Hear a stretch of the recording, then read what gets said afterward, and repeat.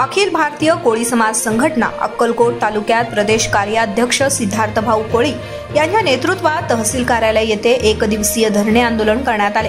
धरणे आंदोलनाला पाठिंबा देण्यासाठी तालुक्याचे आमदार सचिनदादा कल्याण शेट्टी यांचे बंधू मिलनदादा कल्याण शेट्टी, माननीय सिद्धाराम म्हेत्रे साहेब यांची कन्या शीतलताई म्हेत्रे यांनी उपस्थित राहून पाठिंबा दिला। आपल्या प्रश्नांसाठी आम्ही पाठपुरावा करू असं आश्वासनही यावेळी दिलं। अभ्यासक रेणुका चार्य खानापुरे या सरांनी अभ्यासू मार्गदर्शन केलं। त्यांच्यासोबत दादा करमकर, काका वाघमारे, संजय माने साहेब उपस्थित होते। या धरणे आंदोलनासाठी तालुका अध्यक्ष दत्तात्रय कोळी, कर्मचारी नेते राजकुमार खानापुरे, कर्मचारी अध्यक्ष मल्लिकार्जुन देशमुख, डॉक्टर भीमा कोळी साहेब, जिल्हा युवा कार्याध्यक्ष सिद्धाराम कोळी, जिल्हा उपाध्यक्ष मल्लीनाथ कोळी, युवा नेता सागर कोळी यांनी मनोगत व्यक्त केले। युवा नेता सूरज खडाखडे यांनी मुख्यमंत्री मीटिंगमध्ये झालेली चर्चा समाज बांधवांना सांगितली।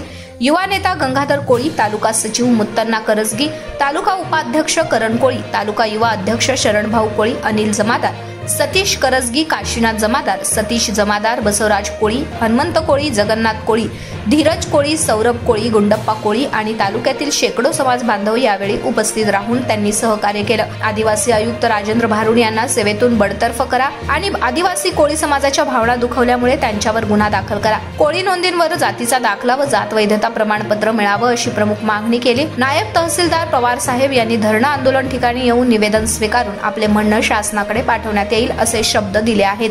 जे आपल्या महाराष्ट्राचे मुख्यमंत्री एकनाथजी शिंदे साहेब यांच्या नेतृत्वाखाली सह्याद्री अतिथीगृहावरती एक कोळी समाजांची बैठक लावण्यात आलेली होती। एक नालायक मनुष्य, आपल्या सोलापूरचा माजी सीओ राजेंद्र भारुड हा हरामखोर माणूस आमच्या समाजाला बोगस म्हणतो। आज आम्ही अखिल भारतीय कोळी समाज संघटना अक्कलकोटच्या वतीने त्या हरामखोर माणसाचा या ठिकाणी जाहीर निषेध करतो। प्रथमतः कारण एखाद्याला मग त्या माणसाने हे सांगावं की आम्ही कुठल्या जातीचे, कारण आमचा बाप कुठल्या जातीचा आम्हाला माहिती आहे, त्याचा बाप कोण आहे त्याला माहिती नाही हरामखोराला। कारण त्या माणूस हा तो भिल्ल समाजामधून येतो, तोही शेड्यूल ट्रॅकमधूनच येतो, आम्ही सुद्धा शेड्यूल ट्रॅकमधून येतो। एक किस्सा सांगतो मित्रांनो, जो वेळेस तो सोलापूरचा सीओ होता त्यावेळेस मी जातीचा दाखला काढण्यासाठी त्याच्याकडे गेलो होतो। त्यांना बोलवलं, आम्हाला बसवलं, 2 मिनिटं सगळं विचारून घेतलं, सरळ एका शब्दात उत्तर दिलं, तू मागच्या दरवाजाचा वापर करतो। त्याचा म्हणण्याचा अर्थ काय की सोलापूर जिल्ह्यामध्ये कोळी समाज नाही आहे।